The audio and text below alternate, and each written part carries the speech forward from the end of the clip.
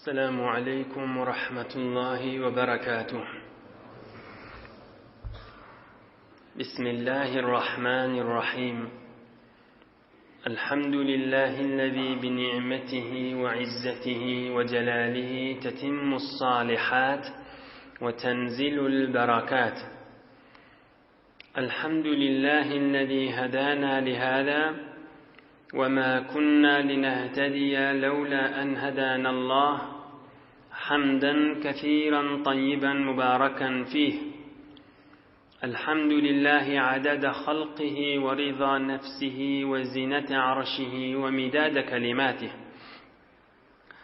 اللهم صل وسلم وبارك على حبيبنا وشفيعنا ومولانا قرة عيوننا إمام المتقين أمير الأنبياء سلطان الأولياء سندنا محمد النبي الأمي وعلى آله وأصحابه وأزواجه وذريته أجمعين.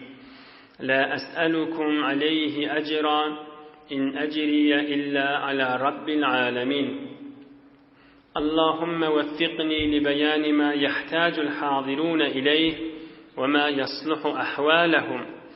إلهي أنت مقصودنا ورضاك مطلوبنا، فأعطنا كلنا محبتك ومعرفتك. الله تبارك وتعالى هم أنذن طاعات عبادت لنذي صالح أمل لنذي خداي چين أترشق لنذ ومحبت لنذي دعاي خير لنذي لطف وكرم بلن قبول جبت هم أنذا إيلون إتشرينذ دوس يارنذ قوم خيشنذ إنتانذ أغل غيذنذ دنيا وآخر سعادت قننمك يدى عقلق بيفن إن شاء الله. خدای تعالی yurdumuzda parahat, vatanımız emniyet, ağlıverçilik, aramış ve asayişte, bol nığmatta, berekette saklasın inşallah.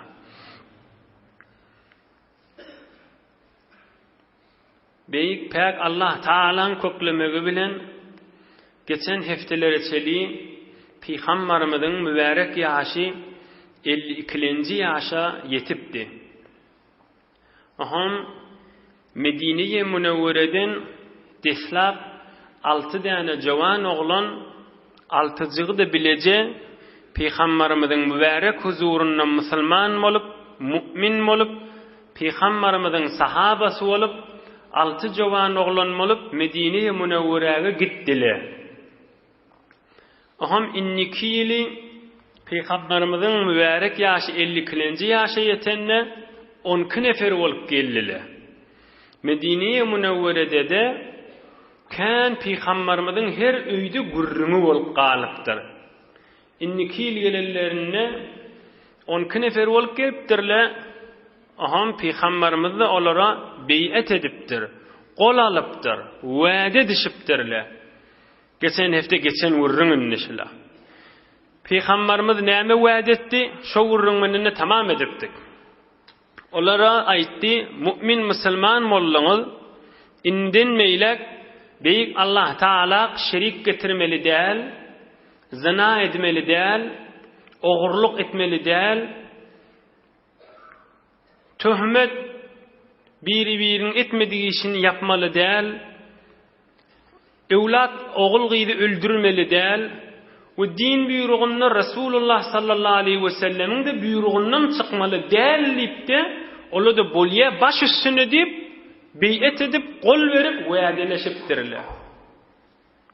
İnni şoň bir kysgajyk aňarty bir 4-5 dagygada bir dersinay deyli, inşallah hem gurrun ýygyny alyp gider. Ey imanly dogallar, ey mümin Müslüman dogallar, görünüp duran dersçi. Peygamberimiz inni Medine-i Münevvere'den gelip 12 nefer Müslüman bolanna iman kelimesini aytdyňyz, inni bolluşyna qaýym durun diýip şolary ýola sallamy, ýa-da başga zatlarda beyat almy. Başga zatlarda boýunlaryny dakdymy? Dakdy, näme diýdi? Ýan geçdi, geçen heftede geçdi. İmana girdiňizmi hawa? İnden meylek oğurluk etmeli değil, zina etmeli değil, evlat öldürmeli değil, töhmet yapmalı değil, Peygamberin diyenden çıkmalı değilliği aytdı. Yani o men ne bilyen Hudaýyň hakdygyny, men ne bilyen Peýgamberiň hakdygyny nipde galamaly däl diýdi. Yoksa ey imanly dogallar, şu girip birin kafir bara, kafir ha, şoda bilýär Hudaýyň hakdygyny. Şoda bilýär Rasulullahyň hakdygyny. Haýsy bir kafir bilmeýän şu mahallasyny Qur'anyň azamatyndan habarsyz galypdyr. Haýsy bir kafir şu mahallasyny akly satmajak beýik Allahyň hakdygyny. Haýsy bir kellesinde şuur fehmi ba adam bilmejek Rasulullahyň hak peýgamberdigini. Hemmesi bilýär hakdygyny. Emme şolaň hükmüniň etegine biz girmeýäs diýeli. Şuň adyna kafir diýeli. Allah şuň adyna kafir diýer. Hükmüniň etegine girmeýär. Hudaýyň hakimdigini kabul etmeýäs diýen adama kafir diýilýär. Resulullah sallallahu aleyhi ve sellem aýdypdyr. Siz imana girdiňiz dämi? Inniden beýlek Hudaýyň hakimdigini boýun alyň diýipdir. Ýakşyja bilmeli görüňiz. Inniden beýlek hele erkek gatışmaly däl diýipdir. Näme diýip? Şol Hudaý hakim we beýik Allah edmeň diýip yaradan qadir Allah aýtýar diýip boýunlaryna da qypdyr. İmana girdiňizmi diýekene bolýa Allah ýaryňyz diýmendir. Boýunlaryna bir tofar bir etmeli däl işleri Hudaý aýtýar diýip boýunlaryna da qypdyr. Ellerinden tutup inniden meýlek edmeli däl haşy işleri diýipdir. Ona da baş üstüne diýipdirler. Bolýa ya Rasulullah etmers diýipdirler. Yan qızatlar haram işleri. Ey imanly dogallar, hele erkek gatışmak ýanyk bir haram zatda. Men wa'da etdim 4-5 dagdan geçirjek gaş ders almaly zady. İlunimiziň içinde näme diýip biz utanmaly? Hudaý meni şiratdan gaýtardy diýmege. Bir neçe ýaşaýyşlava ilunimiziň içinde, meselen näçe hanawada bitirdi garynnaşla. Biri-biriň arasynda üýşenne, şo namaz okuýan edipli sagda, şolaň içinde namazyny dogry okuýup bilenak, ya iman ya hatta Hudaý diýip şunu keplep bilenak da. Hudaýdan kepleye bir de diýdirmejek bolup. Aya iman mı işi? Allah'dan keplep bilenak. Näme şu Allah'dan keplete gapdalynan derrew gurrun murady, evit birady aýdylar. O sen ahun mollaň mollawyň diýler diýip Rabbim Allah'dan keplep bilenak. Yok bolmady. Rabbim Allah'dan keplenmejek bolsa gaty bir hyjalata düşürjek gurrundyr. Bilmen imandan aýrara diýip biljekkä bu gurrun. Ýöne görünüp duran imanyň kabul edýän zada däl. Rabbim Allah diýmek dagy bir öýdi bir izzet dämi? Öýdi bir serbulendi dämi? Öýdi bir iftihar dämi? Rabbim palany däha. Rabbim dünýe däha. Rabbim bir özümiz ýal adam däha. Rabbim Allah diýmek, ilminne kamil, azamatynne kamil, gudratynne kamil, rahmatynne kamil, adynne kamil, zatynne kamil, sıfatynne kamil bolan beýik Allah men Rabbim diýmek ha. Şu haram iş etmejek bolanna Hudaýym şunu menden nehyetdi diýmäge bir tofarla çekinýär. Belki tamam iftihar bilen yanqı Peygamberimiz boyunlaryna da qypdyr. İmanyň içine girdiňiz dämi? Innişi hele erkek gatışmak ya şu haram zatda boljak bolsa, ýok men imanyň içinde Rabbim Allah bu zatdan meni gaýtardy diýipdi durmalydyr. Ahun aýtdy, molla aýtdy, bu urundan çykaýlyn kenara. Rabbim Allah aýtdy bu uruny. Hudaýym men musulman edmedi diýmeli. Inha Rasulullah sallallahu aleyhi ve sellem 12 nefer Medine'den Müslüman bolanlaryna boyunlaryna imany datdy. Ve ba'da an tammatil bay'a qol verişip 12 nefer mümin Müslüman bolup bolýa ya Rasulullah bir haram işler inni biz etmers diýip Medine ogramokçy bolanlaryna heýwere gowgurdyňma qaljatdan gulaňasyn. Peygamberimiz bile bilen bir sahabalarynyň birini iyi beripdir. Evvelin sefiri İslam. Rasulullah sallallahu aleyhi ve sellem özünün sefiri edip, özünün nemayendesi edip, barfen Medinelilerin arasında Müslümanlara namaz öğret, Müslümanlara Kur'an öğret, Müslümanlara ilm öğret, ilmi dini öğret deyip Resulullah sallallahu aleyhi ve sellem 35 yaşındaki cavan sahabati Hazreti Mus'ab radıyallahu anh, ey Mus'ab, 12 tane Medineli Müslümanlar bilen seni uğramakçı ol Medine'ye gaşyň dipdir. Hudaýyň razyçylygy üçin, Resulullah'ın hoşlugy üçin öz ilgini äpberip, häzir näme habar bardygy belli Medine'de. Barıp Mekke'den 400 kilometr fasilesi var. O şehir olağı den ha.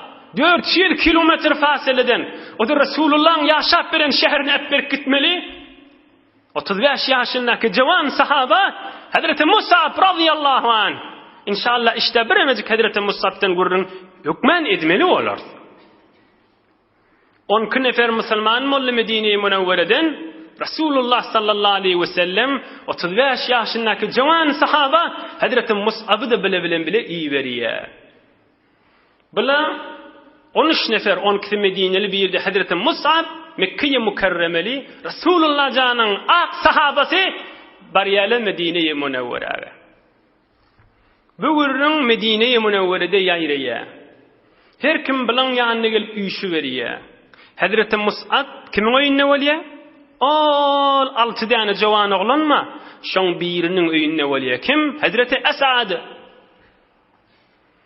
Aham şoň öýünde boluberýär. Medinede bu gurrun şaw täze Muhammed peýgamber diýen çykypdyr. Inni bir toparla şu dine çagyrýar diýipdi gurrunla bolupdyr. Medine-i Münewwere'de 2 tane Taifa ve Eus Hazret geçen hafta geçti. Onun mölük tiki kabileler varmış. Om 2 tane oğlan adamsa kefinin kulağı asıyan 2 adam 2 yaşlı 2 riş sefit näme diptir bizden habarsiz bir 12 nefer bir mihman ne getiripdirler özleri bilen beyttir Medine'de şaw salywatyla eline or naydalyp biri özüm bir oğrayın göreyin näme habar dipdir. Aham bilen biri 2 yaşlyň biri şolara gaşyn oğra bertdir. Hazreti Mus'ab oturanmış Hazreti As'ad'ın öýünde. Aham aýdypdyr şu gelýän oğlan yaşlylarynyň biri dipdir. Medine'ň yaşlylarynyň biri. Bolýar dipdir. Gelip bir kezime kulak assa bolýar şo dipdir. Hazreti Mus'ab şey dipdir. Am aňyrdan gelip eline naýdasy bilen näme siz gurrun taşyp baňyz dipdir. Öten ata-babalarymyzy degip täze din döredip baňyz näme gurrunla bula dipdir. Am Hazreti Mus'ab 35 ýaşyndaky Resulullah janyň sahabasy peýgamberimiziň edebi bilen edeplenen, peýgamberiň ahlagy bilen ahlaklanan olay dipdir. Awa tajlis fa tasma bir oturjakmy men bir neçe kepler aýdyn kulak asjakmy dipdir. Eger halasaň kabul edersiň. Halamasaň yokuş görseňde şu yokuş görýän ýeriň aýt bolýar bizde kabul dipdir. Ýeresin yokuş görjek bolsaň aýdagy men gurrun maşlaýyn dipdir. Oham olay dipdir. Boljak dipdir. Ensafly kep aýtdyň dipdir. Hani gurrun bolsa aýt göreýin dipdir Medine'ň ýaşulsynyň biri. Onna ol İslamdan, peýgamberimizden birine gurrun berip, Allah Taala'nın kelamını Kur'an-ı Kerim'den okuyupdur. Okuyuverip bir yerde durupdur. Edil peýgamberimizin dine çağırşa. Medine'de gurrun ha şey. Mus'ab diýen sahaba ha Medine'ň ýaşulsy bilen gurrun edýärdi. Fa wallahi la arafna fi wajhihi al-islam qabla an yetekellama fi ishraqihi wa tahallulihi. Yankı qaharda olup duran ýaşuly yüzüňiz owudallany beripdir, ýalfylla beripdir. Sahabalar näme diýär şoň ýanynakileri? Häzir iman kelimesini aýtmaka yüzüňiz nurly boluverdi, aňdyk musulman boljagyny diýär. İmanyň nury haşy. Ey musulman dogallar, ey mümin musulman dogallar. Ey nuri imanna ýaşaýan dostlar.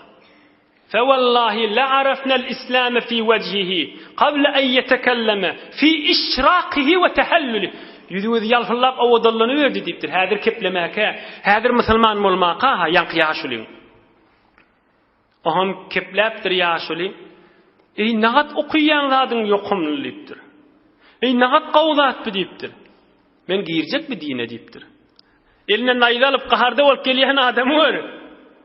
Allah'ın kelamını eşitenne erip insafa gelişini gör.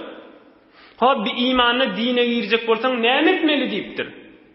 Onda Hazreti Mus'ab Resulullah'ın sahabası beğenip onu bir dine girecek adam bir guslet üstünden şu vakit köýneginde nejasat bolsa arassala oham bir iki rekat şi tüýsletde namaz okuy, iman kelimesini ayt, kelime-i şehadet, oham iki rekat namaz okuýmol diýipdir. Şi tüýsli. O ýaşula geňeşmäni derrew imana girip üstünden şu vakit iki rekat namaz okuyup mümin musulman häzir gaýry mustaqim sahaba bolup durýan kıyaşy. Oham aýdypdyr: "Ey Resulullah'ın sahabası Musab diýipdir. Menden daýawrak ýyzimde biri galdy diýipdir. O dagy musulman bolsa Medineň köpsi musulman boljak diýipdir. Men ona da bir habar bereýin diýipdir.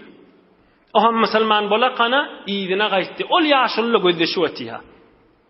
O kim? Hazreti Sa'd ibn Mu'az radıyallahu anh. Häzir musulman bolanak ýöne. O gözleşip ötýär beýildi. Öwürlik gelýär, oham bila aýdypdyrlar. Aymın gelişi önkü gitişinden yüzügözü fark etti diýipdirler. Odal gidenini bir forum bolup gitdi, gelenini fark etti men yüzügözü diýipdirler. Nuri iman, öwünden ýyzynden, sagyndan solundan, üstünden astından, yani ýalpylak gelýän bu bolşy. Nuri iman bilen öwürlik gelýär. Odal kalbi karanqylykda di. Inni Allah Taala'nın kelami, Hudaýa iman, Hudaýyň hükmüne geçerine ýaşamak, Resulullah'ın muhabbetine ýaşamak oň wujuduna girdi. Kafirler aýdypdyrlar, men gitişi bilen gelişi fark etýär diýipdirler. Oham gelip bir ýaşulyň ýanyna gelip aýdypdyr. Ay mene bardım diýipdir. Fa wallah ma ra'aytu bihima ba'san, bir zererli zada görüň meren ha gola diýipdir. Senne bir barda gör diýipdir. Hazreti Sa'd ibn Mu'az häzir musulman bolmaqa biden naýdasyny alyp edil şoň qiyal menne bir bark göreýin diýip qahar bilen ugrapdyr. Bary beripdir. Am Hazreti Mus'ab'ın ýanyna baranda näpdir päňiz, näme urrun diýende oturjakmy, kulak asjakmy diýipdir. Hala sana kabul et diýipdir. Halamasaň da yokuş görýäň de yokuş görýän ýeriň aýt, men açyklap aýdaýyn diýipdir. Nämesin yokuş görýänsiň diýipdir. Am bir ikilenji gelen ýaşulyda insafly urrun aýtdyň diýipdir. Sen näme urrun bolsa aýt göreýin diýipdir.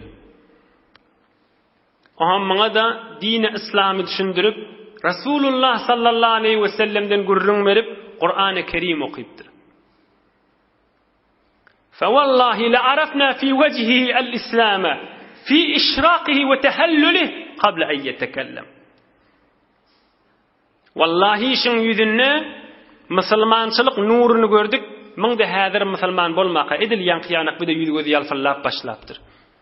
Ey bir dine girecek bolsaň diýipdir, näme etmeli diýipdir bir de. Inni Medine'de habi, Resulullah'dan Mekke'de beýli sahabasy Musab Medine'ň adamlaryny musulman edýärdi. Hudaý Taala'nın tawfiqi bilen. Bilada aýdypdyrlar, bir üstünden şu wagt guslet, egin maşyň arassala iman kelimesini aýt, şi tüýsli iki rekat namaz okuýdy. Bir Medine'de olqan ýaşullaryň biri kifi kulak asylýan Hazreti Sa'd ibn Mu'az radıyallahu anh bir de iman kelimesini aýdyp iki rekat namaz okuyup bir de musulman bolupdyr. Emme Sa'dyň eden işini gözleýindi. Bir ýaşuly öýde jowan ýöne kifi kulak asylýan ýaşuly. Son ýaşullydy hökmen ol 90 ýaş bolmak gerekkä de 20-30 ýaşda da bolsaň daýaw bolup halkyň alkyşyny alyp halk duşun kefini kulak asýan bolsa maňa adyna ýaşully aýdylýar. Ýöne ýaşyň ulaqan bolup duranyň oň men ýaşullyk bolmaz. Hulasa Sa'dda musulman bolupdyr ikilenji ýaşulla. Inni Sa'd musulman bolup öz owasyna bardyr, taýfaty üýşüp oturan. Aýştaýyn görsen aýt. Min imana giren sahabalyň mertdigini görsen aýt. Öz owasyna baryp aýdypdyr biledi üýşüp oturan meşdikler. Ya bani Abdul Ashhal, kayfa ta'lamuna amri fikum? Ey men taýfadaş owadaşlam diýipdir Sa'd. Siz meni nähil adam tanyýaňyz diýipdir. Ola aýdypdyrlar, sen bizim akıllıyımız, sen bizim düşünlüğümüz, biz sen buyruğunda hemişe bolup bäp, indemeylekde biz bolacak deyipdirler. Anne Hazreti Sa'd aydıptır. فَإِنَّ كَلَامَ رِجَالِكُمْ وَنِسَائِكُمْ عَلَيَّ حَرَامٌ حَتَّى تُؤْمِنُوا بِاللّٰهِ تَعَالَى وَحْدَهُ وَتُؤْمِنُوا بِرَسُولِهِ sallallahu aleyhi ve sellem. Ey ovamın adamsı deyiptir. Yüze galip bilecek değil deyiptir. Ruder vaysim yok deyiptir. İnni demeylek menen sizin aramız üzük kepleşmeyen menen deyiptir. Ta inke Hudaya ve Hudayın peygamberine iman getirmeseniz, iman kelimesini aytmasanız, mümin Müslüman bolmasanız, şol Mekke'deki Muhammed peygamberi sallallahu aleyhi ve sellem hak peygamber bilmeseniz aramız üzük hoş Allah yarınız deyiptir. Ovasına varıp gönce varıp şey imana çağırıptır. فَمَا أَمْسَى ف۪يهِمْ رَجُلٌ وَلَا اِمْرَأَةٌ اِلَّا مُسْلِمًا وَمُسْلِمًا. Şon tayfası gün yaşayanca hemmesi Müslüman olupdur. Şon tayfası gün yaşayanca akşam olupdur şu tayfasının hele erkek şodur şey La ilahe illallah Muhammedur Resulullah deyip Medine'nin bir bölük şodur şey imana giyilaptır. Asancak Resulullah canın bereketine Huday Teala'nın tevfiki bilen bir tayfan da şodur şu Müslüman olupdur. Aham Hazreti Mus'ab o da Hadir'de Es'ad'ın öyünne Medine'ler adamları Müslümana imana ve İslam'a çağırıp duran. Be her hal din yayrap Müslüman mol Medine-i Münevvere'de hayat yaşayalım. Her hayatta onun meş öy olup giyimden. Her hayatta bir hele bir erkek Müslüman badiyede Medine'nin her yerine varsan bir Müslüman tapılıyor diye. Medine-i Münevvere'de bir hayat kalmandır içinde Müslüman yok bolsun. Hatta lem tebqa darun illa ve fiha ricalun ve nisa'u muslimun. Her hayatta bir hele erkek Müslüman tapılırdır. Bir azıcık Yahudilerin bir bölüğü alıptır, başkalarının içinde Müslüman kâin bolupdur. Yine ol 6 nefer Müslüman bolup, sonra da 10 nefer bolup, Hazreti Mus'ab'ı da alıp Medine'nin köpsünü Müslüman etip portuverdiler. İnni inşallah bir 4 tane bir ulukan ders var. Her gaysını kıskacık edip üstünden geçerin. Son bundan sonra bir uzakrak Medine'lilerin kân adam olup Resulullah canın huzuruna gelecekler. Onunla inşallah kamilrak suratını hatmatına da yetirecek. Evvel kıdiyet almalılarda ey cevan dostlar, ey savatlı dostlar, kafirlerin bir gürrünü var da bir oğlunun bir ağlanmalı kefi değil ha. Oğlun ne ağlanacak değil ne mi? Ay Muhammed diyerlere şu mahalla kafirlerin gürrünü işi. Muhammed diyerleri sallallahu aleyhi ve sellem ey bir adammıştık, ovası garipmiştik. Aham şov edip, hav edip, şu peygamber bayıyacak bolup, milletin üşür zekatını alacak bolup, bir çıkan peygamber da deyip, şu mahalle cediden kitaplarına bağ görürün şey. Aham bunu tarihten, hiç taptan haber yok adam, şeyli de bolsa olamalı diyecek de. Hani o ovasının adamsı, 10 yıl verin Mekke'de imana çağırıp, 70-80 nefer Müslüman oluptur. Hem Medine'nin adamsı Resulullah'ın ovadaşları mı? Görünüp duran yalan, görünüp duran bir hokka görürünler. Azıcık tarihten haberin olsa yalanla görünüp ötü. Şizirek bir oğlan görürünleri bilen Müslümanlar ağlayacak olup böyle. Ay diyen görürünlerini özen, ay Muhammed diyerlere Arapmıştık, başka Araplarda garipmiştik, o vaqaralar üç akana şöyle peygamber deyip, bayılacak olup eden işleri de deyip, o vaqarası hiç gayri iman getiren hakkı. O vaqarasın Mekke'den kovcuk olup belki. Ne hilliş kefayda malahım? Ne yüzüyle utanmanış kefayet mali? Hen tarih almay. Ödür bir avreçil kepkiş kefayetmek. Be her hal haberdar olmalı. Yöne bir kefayetlerini bilen şeyli bolsa olamal hadi amal değil. İkinci ders almalı da adamı Hazreti Mus'ab'ın görürüne. Ey cavan dost, ikimizin gurrunumuz. Hazreti Mus'ab Peygamberimiz ol 10 nefer bilen bile Medine'yi verdi. Neçe yaşında? 35 yaşında. Kim şu Mus'ab? Mus'ab diyen sahaba Mekke-i Mükerremen en pullu adamın oğluymuştu. Kana Mus'ab en'ame ehli Mekke ve ecvedu şubbaniha hulleten ve behaen ve gadaan. En evin maşı qovu hoş tip, en qovu iyi biçen, en hoş geçiriyen Mekke'de evvelki harfi evvel vuruyan cavan oğlanmıştı. Mus'ab Müslüman olanda. 24-25 yaşında kan Müslüman oluptur. Mekke-i Mükerreme'de en hoş tip, en pullu oğlanmıştı böyle. Lep özüne yetişen, iyi biçkine yetişen oğlanmıştı. Müslüman olanların en atası horlap, ova ilunu horlap, imäge çörüğünü tapman horluk bilen Habeşa göçüp giden sahaba. Soňram yeniden Mekke'ye gelip Peygamberimiz sallallahu aleyhi ve sellem bir wagt görüpdir şu Mus'abi bir yırtıcık içmek bilen geyip duran, yırtıcık içmek. Am Peygamberimizin mübarek gözünden yaş akıp Mus'ab Mekke'nin en pullu oğlanı aham aydıptır. Ey sahabalarım deyiptir. Şu Mus'ab'ı görýäňiz mi deyiptir. Mekke'nin en hoş deyip, en hoş geçirýän oğlanıdır, jawan oğlanıdır deyiptir. Emma Hudaýyň mehabbeti, Resulullah'ın mehabbeti bilen şuun kuguna düşüp, en atasına mal mülk bermedile, ay bolýa malum mülküm bolmasın, Allah'ım arkam bolsa bolýa, Resulullah'ın mehabbeti bolsa bolýa deyip, ene yırtıcık içmek bilen gitip deyiptir. Şu Mus'ab şu. On beraberine görün Resulullah canını sefir edip Medine'ye verip Medine'nin köpsünün Müslüman olmağına sebep bolupdur. Aya yok men şol haram da bolsa men şu tipim gowdy. Men gow ýaşaýşym gow diýip dagy kafirin öýünde ýaşam bolsa aya şu dereceler görerdimi? Aya şu izzetler görerdimi? Haýsy bir serbulendi, haýsy bir baş ýokarlyk. Aham ahirinde da Uhud urşunda şehit bolýar Hazreti Mus'ab. Aham Peygamberimiz de gelip aýdýarlar, ya Resulallah.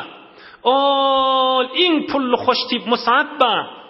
Gursagyna naýda degip şehit bolupdyr Uhud urşunda. Onna Peygamberimiz aýdýar, şoň öz parçasy bilen özüne kefellägen öz evin maşy bilen. Onna ola aýdypdyrlar, ya Resulallah, on hiç zat maly mülki ýok, birji qysgyjyk içmejigi köýnejigi ba. Onna kellesine çekemizde aýagy boş halya, aýagyna çekemizde kellesine ýetenak näme diýdi diýipdirler. Peygamberimiz sallallahu aleyhi ve sellem aýdypdyr: "Za'uhu mimma yali ra'sihi waj'alu ala rijlihi şey'en minel izkhir." Onna ey sahabalarım diýipdir. Peygamberimden mübarek köýünden ýaş akyp, "Ah ummun ol bol nygmatda pulluglan ahir edip şehit bolup dünýeden geçişini görün" diýipdir. On köýnejigini kellesine çekin, mübarek aýagyna bir ifilji izkhir diýen otba, şol aýagyny oklakana jaýlagan diýipdir.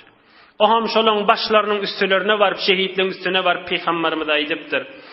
İnne Rasulallahi sallallahu aleyhi ve sellem yeşhedü ennekum şuhadâ'u indallahi Teala yevmel kıyame. Ey şehit bolan sahabalarım diýipdir.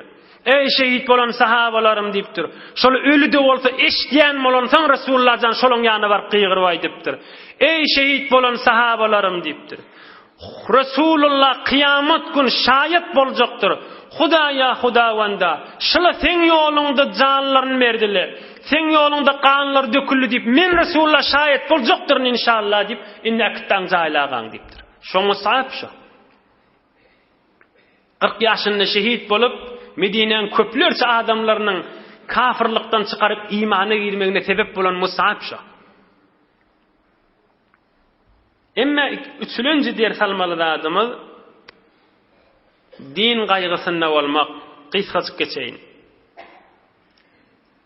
İki neferi özden Müslüman bolluk diýip ýatmandyrlar. O 6 nefer Müslüman bolluk diýip ýatmandyrlar. Din gaýgysynda bolmaly. Peygamberimiz iň kän dugasyny emmiş.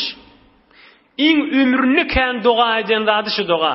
Rabbena atina fid dunya hasene ve fil ahireti hasene ve qina azaben nar. Resulullah'ın iň ömrüni kän duga edenşi. Hudaýa Hudawanda, maňa şu dünýede gowyny ber, gözen. Dünýede de gowyny dilawatiha. Hudaýa maňa şu dünýede de gowyny ber, ahiretde de gowyny ber. Ine Resulullah'ın dugasy. Emma ýene bir dugasy barmyşdyk. Bilin gurrunmy de gerek gurrun. O da näme? Allahümme la tec'al musibetena fi dinina. Hudaya bizim musibetimiz dinimize düşmesin diyenmiştik. Yoksa dua diyenmiştik Hudaya bizim dünyamızda da kavuluk ver, bizim ahiretimizde de kavuluk ver diyenmiştik. Emma ay diyenmiştik. Allahümme la tec'al musibetena fi dinina. Şimdi bizim birimiz atamız, dedemiz dünyadan geçti, o bir musibet yetişti. Oğlumuz dünyadan geçti, bir musibet yetişti. Ayal, heley, oğlan, uşak, mal, mülk, bir de kıyınçılıkla yetişti, bana musibet diyeler. Emma Hudavanda, dinimize kemçilik yetişmesin. Oğlan, uşak, ilgun, enata bilra dünyadan gider, dünya bir imtihan caydır. Emma Hudaya, dinimize kemçilik yetişmesin deyip, Hudaydan dileyenmiş de. Ömrümüzde bir gerek diledik mi? Hudaya bizim musibetimiz dinimize düşmesin deyip, ömrümüzde bir yedik. Bir dua kabul olayan vaxtlarda, namazlardan sonralarda, Kadir gecelerde, Ramazan ayın gecelerinde, ya bir şugullerde. Hudaya dinimize bir nuksan gelmesin, dinimize bir kıyınçılıklı gelmesin deyip, bir cegedik ömrümüzde canımız bilen başardık, ya ağlap ya ağlanşık bolup bir yalvardık mı Huday Teala'dan? Ey cavan dostlar, ey imanlı dostlar. Medine'nin köpsün Müslümanıdan 35 yaşındaki Mus'ab, 25 yaşındaki Dövrev'ndeki Esad, 6-7 tane cavan oğlanın eden işi. Ne mani ödeşmedi? Dilimizi kepleyen dilimizi Allah bize nimet etip veriptir. Şıkıyt hacık kurrun. Dilimizi kafirin dili edip haram kepleyenimizden bir Hudayın hakimdigini, Hudayın bir hak üstümüzden gözlep duran padşahdigini, Hudayın halıkdigini bilip Hudaylık keplep, Müslümanın dili keplemek lazım değil mi bize? Kulağımızı Müslümanın kulağı deyin, qaviyini eşteyin, haram eşitmeyin. Gözümüzü Müslümanın gözü deyin, Hudayın icazı veren zadını gözleyin. Hudayın icazı vermedik, kafirin gözü yalıdıp haram gözlemeyin. Ağzımızı halal lokma geçer yalı deyin. Kafirin ağzı yanıp haram geçen iş edemeyin. El ayağımız tamam ağzımız şeyle. Kafirin bedeni bilen Müslümanın bedeni fark etmelidir. Kafirin dili bilen Müslümanın dili fark etmelidir. Kafirin göz kulağı bilen Müslümanın göz kulağı fark etmelidir. Nuri iman marahim bizim içimizde. Şun adına diýeli din gaýgysy bolmak. Özümizden sürem. Din gaýgysına diýeli. Ahirki dersi kysgaça edip bir kidaga daýdyn, oňa gurrun öz içine gireydi. Ol Sa'd owasyna barp näme diýdi? Ey owamyň adamsy, Müslüman bolsaňyz da boluň, bolmasaňyz indemeýlek aramyz üzüllü diýipdir. Müslüman bolsaňyz da boluň diýipdir. Bolmasaňyz indemeýlek aramyz üzjek diýipdir. Näme deyip? Bir kanun keppa dinimizde. Onun mının gowunu verjek bolup, Hudaýyň qaharyny getirmek aňyrda bir samsyklyktır. Onun mının gowunu vermek gowdat. Emma Hudaýyň qaharyny getirdip, nähili onun mının gowunu vermäni özümize ejazet bermeli. Nähili ejazet bermeli özümize?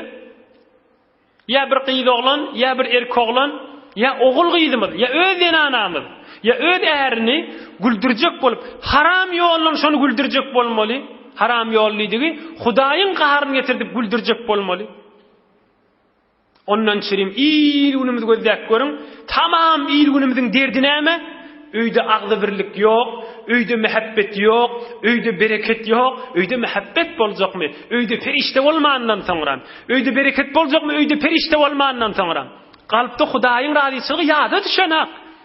Hudaý menden hoş bolsun, men şu zindigimde nip ýada düşenek. Ondan çirim öýde bereket de ýok, tamam aglalykda. Tamam bir bereketçilik, tamam cübüýümizde, malymyzda, mülkümizde bereket ýok da.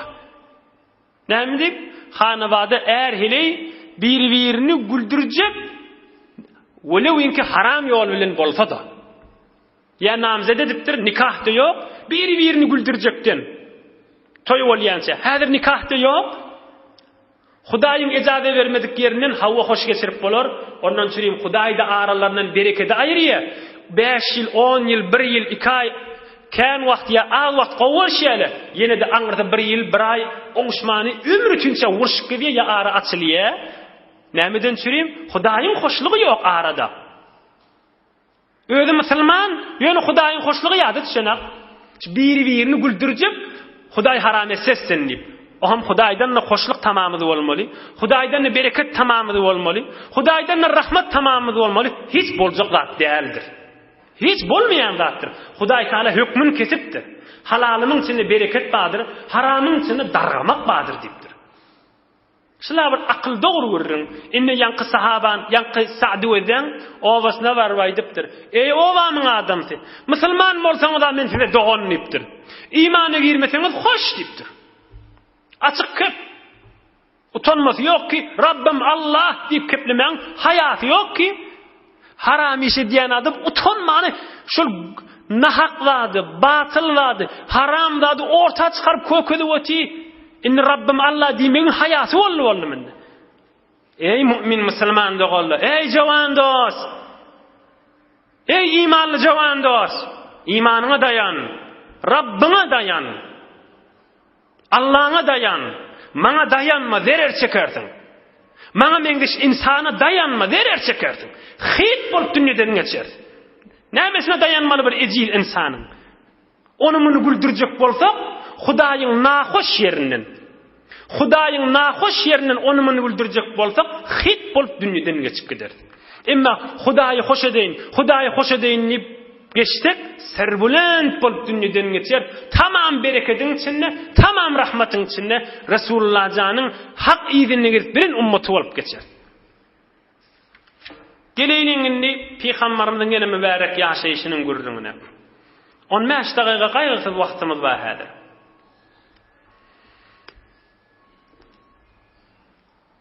Medine-i Munawwarada köpsü musulman boldy.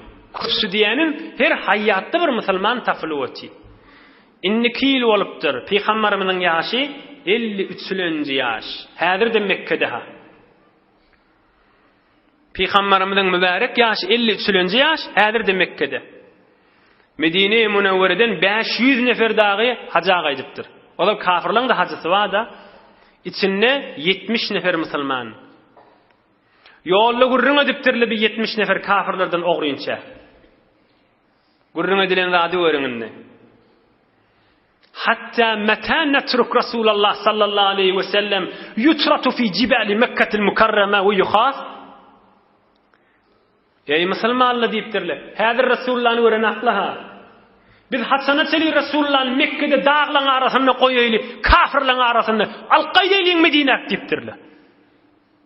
Dağlaryň arasyna gorkuzylyp gelip ber Rasulullah'ny näme diýip biz beýdýäliň? Daýa bolyň alqaýdaýlyň diýipdir. 70 nefer ýolda şunu görüň etipdirler. Gelip Mekke'ye mukarremaga yetipdirler. 10 kişi odal Resulullah bilen beýet eden, inni 73 erkek adam, 2 däne de denana. Hazreti Nesibe, Hazreti Esma 2 denana dowam etdik içinde. Hazreti Nesibe ve Hazreti Esma 2 denana 73 erkek adam. Bula ogrinçadan Resulullah habary berdi, heýer ogrinça gymyllamaly. Qurbanlygyň ahyrky günlerini giýjäň ýaryna daş atylýan ýerde wädeleşipdirler. Ola da barmaly, Peygamberimiz de barmaly. Göreýliň şu 70 neferiň içindäki adamyň özü bir aýdan gurrungy bar, şondan men aýtyp bereýin. Ka'b ibn Malik şu 70 neferiň biri. Aýdýa, haja çykdyk, daş atylýan ýerde Qurbanlygyň ahyrky günlerini daş atylýan ýerde Peygamberimiz ogrinça wädeleşdik. Giýjäň 3den biri geçenni hemmekşi ýatyka şotak barmaly boldyk diýe. Aham bir yeke 3 nefer, yeke 3 nefer ogrinça hiç kime belletmäni şol daş atylýan ýerdir oýun içine bardyk. Hatta ijtama'na fi'ş-şa'b ve nahnu 73 rajulan ve imra'atan fajtama'na fi'ş-şa'b nantazir Rasulullah sallallahu aleyhi ve baraka ve sellem. 70 nefer bolup durduk. Gözleşip dur Resulullah Hasan geler diýip. Bir imana girip beýet etjek diýip, hemmemiz bir gol berjek diýip gözleşip durduk diýipdir. Hatta ja'ana Rasulullah sallallahu aleyhi ve sellem ve ma'ahu al-Abbas. Oham gijan yar birime gözleşimizden sonra Peygamberimiz yalfallap aňyrdan geldi, ýanyna da Abbas vardı diye.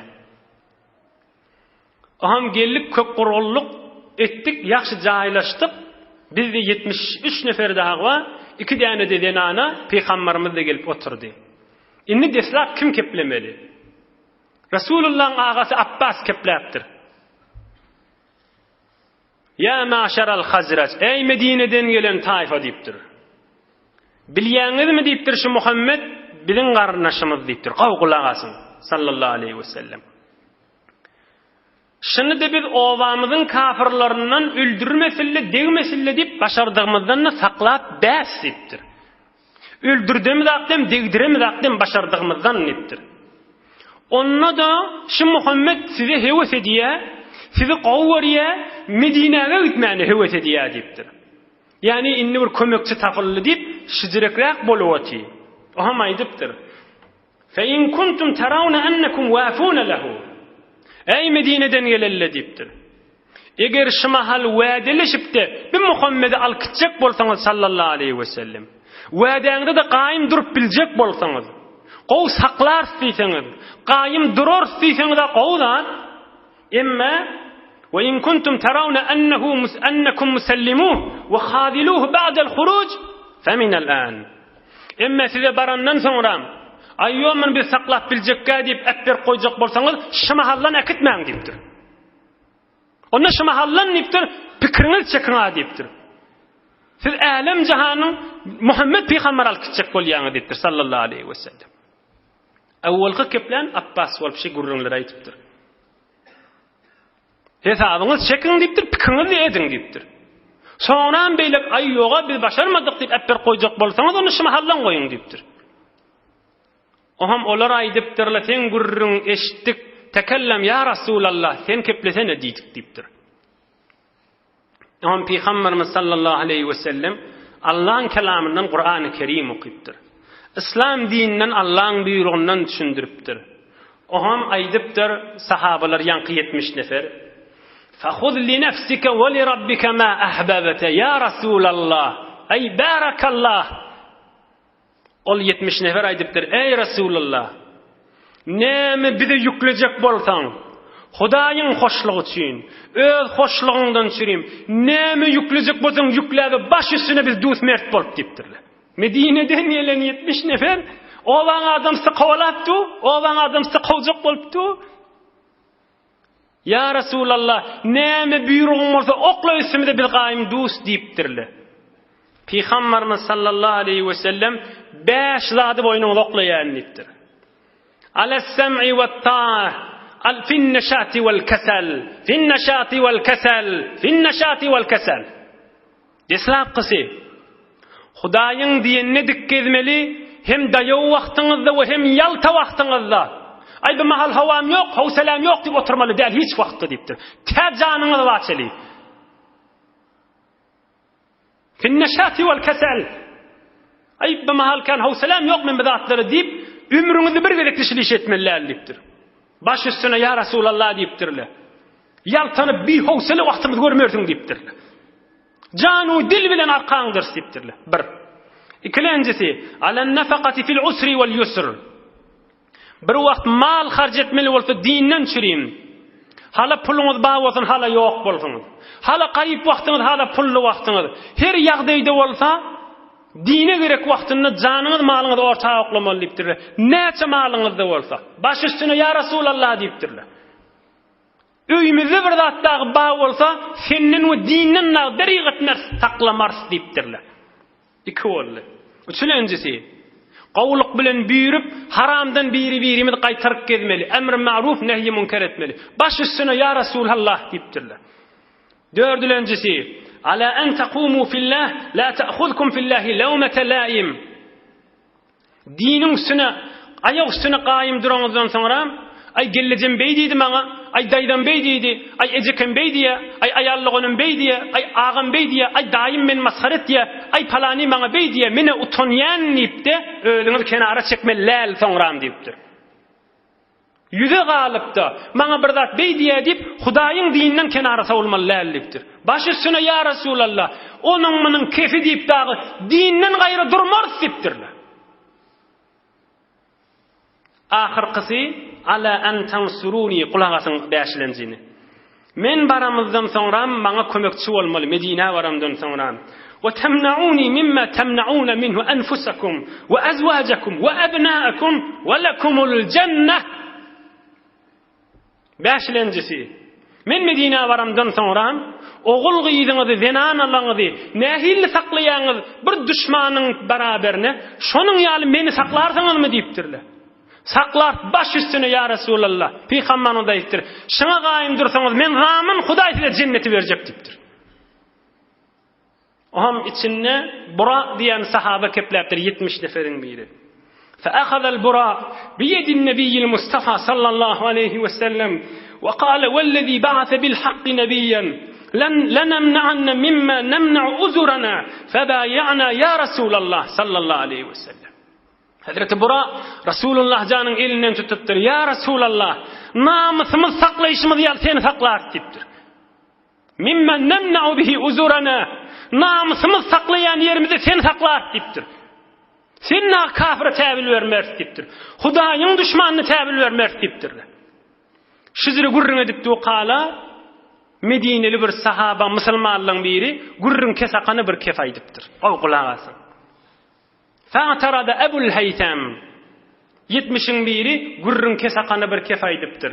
Ya Resulallah, inne beynana ve beyner rijali hibalan ve inna qati'uha fahal asayta in nahnu fa'alna zalik thumma azharaka Allahu ta'ala an tarji'a ila qawmik ve tad'una. Ya Resulallah, menden Medine'ge barsaň, bizim aramızda bolsaň, dinni aziz bolsa, dinni üstün bolsa, tamam kafirlerde basılsa, Medine'den bizi ep beripdi, ovam diýipdi, Mekke'ge gaýtjakmy, bizim ýanymyzda da bolarsyň şotada soňran da diýipdirler. Bilen hayratlaryny, bilen mertliğini, bilen pikir turan himmetini görsene ey can dostlar. Ya Resulallah, seni ekdersem, saklarsam, ýöne din aziz bolandan soňra inni hoş men owama var ýani bir berip Mekke'ge gaýtjakmy, şo tada bolarsyňmy bizim ýanymyzda diýipdir. Rasulullah janyň mübarek makbarasy ýerde şu bahan, Medine-i Munawwarada. Ýoksa dünýä gelen ýeri Mekke'ym. Gör Peygamberimiz näme jogap berýär. Ola aýtdy gaýdarsyňmy dinden soňra? Peygamberimiz fetebesseme Rasulullah sallallahu aleyhi ve sellem. Peygamberimiz gül küstütüp keyif edip yüzü açılıp gülüptür. Mılgıyıptır. O ham aydıptır. Beliddem eddem vel hedem el hedem. Entum minni ve ene minkum. Uharibu men harabtum. Usalimu men salamtum. Ey Medine'deki Müslüman sahabalarım deyiptir. Sizin kanınız menin kanım. Menin kanım sizin kanınız. Sizin namusyňyz men namusym, men namusym sizin namusyňyz. Siz kim bilen oňuşsaňyz meni oňuşaryn. Siz kim bilen jeňiňiz bolsa meni orta çykyp jeň ederin şo tarap bilen diýipdir. İkimiz bir diýipdir. Men jaýlanjak ýerimde sizin dadyňyz. Men ganymda sizinki, emma siz menki. Biz hemmemiz bir bollygyny diýipdir. Men soňra Mekke'ge gaýtmaryn diýipdir. Men hemişelik Medine'ge giderin diýipdir. Kole ýüze galmany, mert bolup soňra kuwrunlaryny özde, gönenelleri özde. Aham yine de beyat etmeli olup 70 nefer. Hey gurrun bolýa, häzir ol 5 lady peýgamberiň boýlaryna takdy. Ýeki diýip ewetişip häzir el beren akla. Şeýtdir tuqala 2 nefer ýene turupdyr. Haýsy 2 nefer? Ol qadim 2 ýyl mundan ozal 6 nefer musulman bolmadymy? Şolaň içinden ýene 2 turupdyr. Berekellah. Yaxşı şol 70 neferin boyununa daqjak bolup bir kepläpdir. Ey Medineliler diýipdir. Hal tadruna ala ma tubayi'una hada ar-rajul? Şol adama näme diýip beýat etjek bolýaňyz bilýäňizmi diýipdir. Hey ora o kef aýdypdyr gulagasyn. Bilýäsipdirle 70 nefer. Onu da ol 70 neferin biri ki qadim 6 neferin biri ol aýdypdyr. Tubayi'unahu ala harbil ahmari wal aswad. Bilýäňizmi diýipdir, Rasulullah'ın owaňyda akideňizden soňra ýeriň ýüzünde tamam kızıl renkli, qara renkli, yerin yüzündeki adamlı hemmeti siz bilen ölüşecek kadiptir. Tamam insanla bana düşman olacak kadiptir.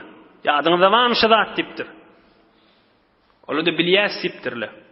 Ey Medineli diptir, öde Medineli haşa kepleptir on. Ay bizim yaşullumuz öllü, bizim malımız kemelli deyip, ol deslap Abbas'ın kefine mengde şamınkı. Bizim malımız kemelli, ay yaşullumuz da kemelişti. Yoga bize gerek zat demiş. Sonram ep bercek borsak şu mahallan çıkayın kenara diptir. Emme şu mahal çıksak, dünyamızda da hor olur, ahiretimizde da hor olur diptir. Emme mert bolup da dursak, ay malın da bir zadi olur.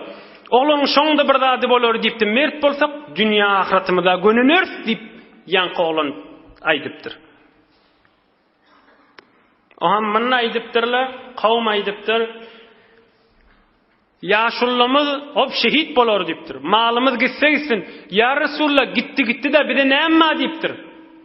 Siz qaim dursanız önkü adam cennet basdı diptir. Ol geçen hefte bir tofar tayfala dünyamızda peydası var mı deyip kafir olup geçtiler. Kafir olup geçtiler.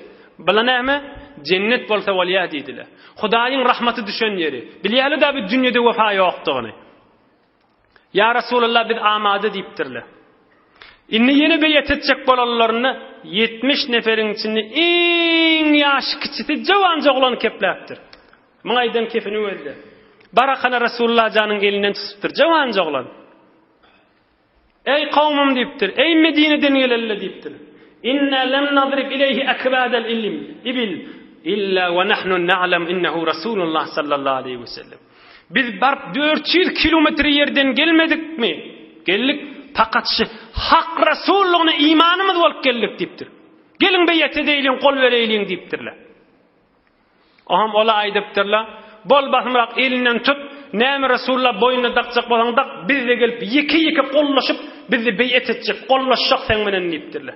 Aham evvelkisi 70 neferin içinde iň ýaş kiçisi, iň jawany, iň ýaş kiçisi Rasulullah janyň ewine oturup, dil mübarek elin biriniň eline geçirip, ayt ya Rasulullah baş üstüne diýipdir. Peygamberimiz de yankı 5 saat boynuna dakdyr. Boyun allym diýipdir. Rasulullah da sana cennet diýipdir. Turupdyr. İýdin oglatyn, gysgaçyk bir kuştaga da tamam bolýar. Faqumna ileyhi rajulan فأخذ علينا البيعة يعطينا بذلك الجنة يعطينا بذلك الجنة رواه الإمام أحمد. 73 nefer iki Resulullah'ın evine oturup dil oturup şodatlar boynallık Resulullah da sana cennet oturdu. O da geldi 5 saat boynallık sana cennet oturdu. Sana cennet oturdu. 73'imiz de Resulullah canı yadaman yaltanman iki boylarına takıp turtdular. İnne ahir iki tane ana galıptır. فكانت بيعتهما قوليا ما صافح رسول الله صلى الله عليه وسلم امرأة أجنبية قط. حديث صحيح رواه الإمام مسلم. آخر ikiden ana galypdyr. Ola bilen gollaşmalar anne. Peygamberimiz sallallahu aleyhi ve sellem öz qyýdlaryndan başga, zenanalaryndan başga hiç ajnebi hileye el uzatmandyr. Şotada oturuverin, men aýtýan kepleme aýdagaň diýip boýlaryny takypdyr. Yo men ýüregim pek, bizim musulmanlar da, falanlar da diýip, menne bir peygamber diýip, onu da elini uzatmandyr da. Özüňiz dersiňiz alagaň näme almaly bolsa. Onu da elini uzatmandyr. Şotada oturan ýeriňden men aýtýan ýerim aýdagaň diýip. Ol ikisi imana gelip 73 nefer iki dedenana Medinelilerden musulman bolupdyrlar. İnşallah qalan ýylky gurrunlaryny pek Allah köklüdiginden inni käýifde hyzmatyňyza ýetirer inşallah. Hudaý Taala ýurdumyzy parahat etsin, watanymyzy emniýet etsin, agdy birlik iman awryjy saklasyn.